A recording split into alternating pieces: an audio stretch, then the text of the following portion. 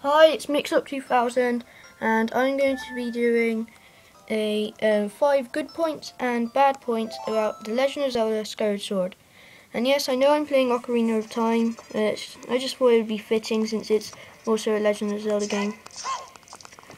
Okay, so I'll start off with the bad points, and please remember that just because there are bad points to a game doesn't mean I dislike it.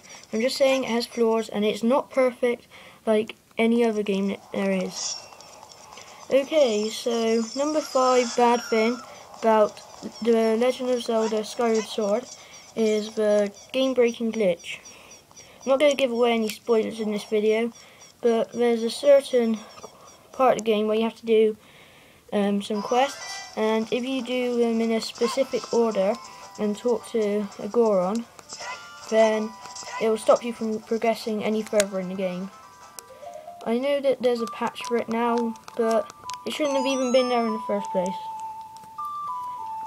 Okay, now to the number 4 bad point is it's the motion controls. The motion controls in the game are great and are really enjoyable, but what I don't like about them is when they become unresponsive and you have to like restart the game to make your sword go the right way and everything. The motion controls are very good when they are responsive, but when they become unresponsive, they're just so annoying. Okay, number 3 bad point of Legend of Zelda Skyward Sword is the surface world.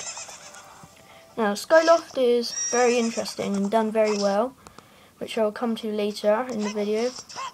But the surface world, it has good quests and everything, and what you do down there is cool, but it just seems a bit lifeless. There's nothing really down there except monsters and environments and a few quests. I mean, the stuff you do in the surface world is cool, but it just seems a bit lifeless to me. Okay, number 2 is Fi, whatever you want to call her. Well, at the start of the game, she seems normal, just at least you don't have Navi, the annoying fairy.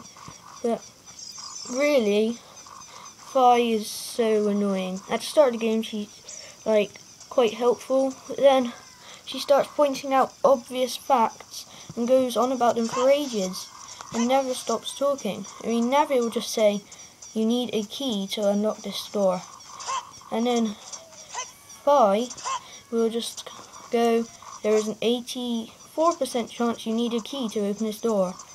There is a 74% chance that the key is in this area. If my calculations are correct, there is a 60% chance that dowsing will help you find the key." I mean, really, just tell me if you need a key to open this door or not. Fi can be really annoying sometimes, just pointing out really obvious facts. She even tells you when you're low on hearts, when you can obviously already tell that. So annoying. Okay, number 1 bad point about Legend of Zelda Skyward Sword is the annoying announcements of when you get an item. Okay, so when you first get a certain item in the game, basically it tells you what it is, like this is chew jelly, or this is a claw, and then it won't. And then when you get that item again, it won't, and it will just flow, which makes sense.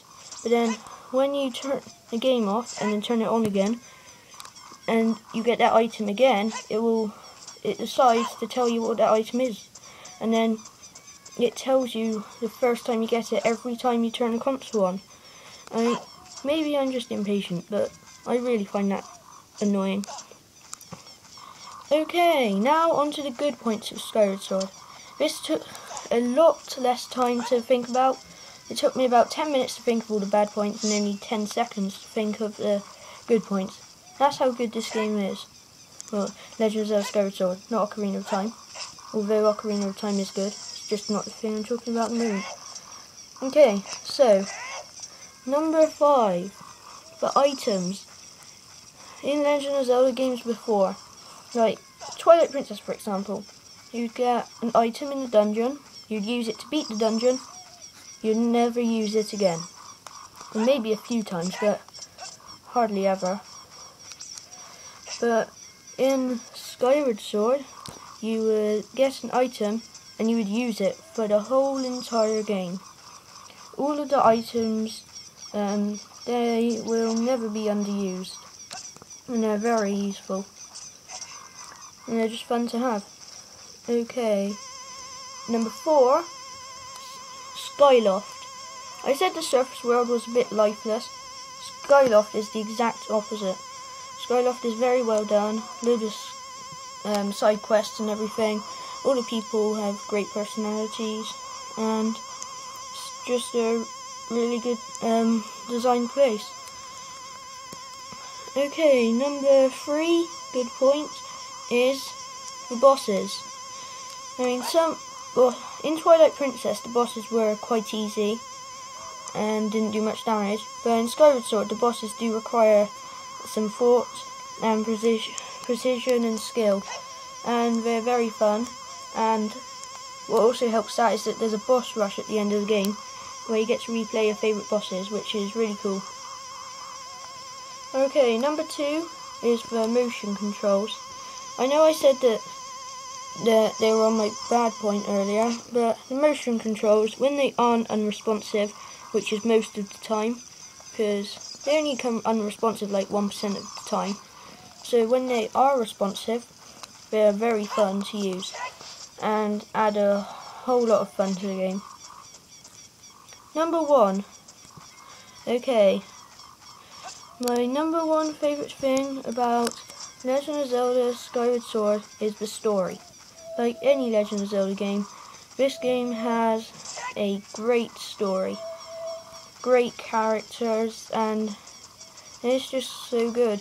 There was obviously a lot of thought put into the story, and the fact that it put at the start of the whole timeline, really cool, because you get to see like the origins of the Master Sword and everything. So yeah, that was my top 5 good and bad points about Legend of Zelda Skyward Sword. If you disagree with this video, don't just put in the comments, oh, why wasn't this on here? Oh, you're so stupid. How do you think that's bad? If you disagree, please don't post anything like that and just maybe put your own list on here. There's no need to be offensive. So thanks for watching, guys. Remember, this is my opinion.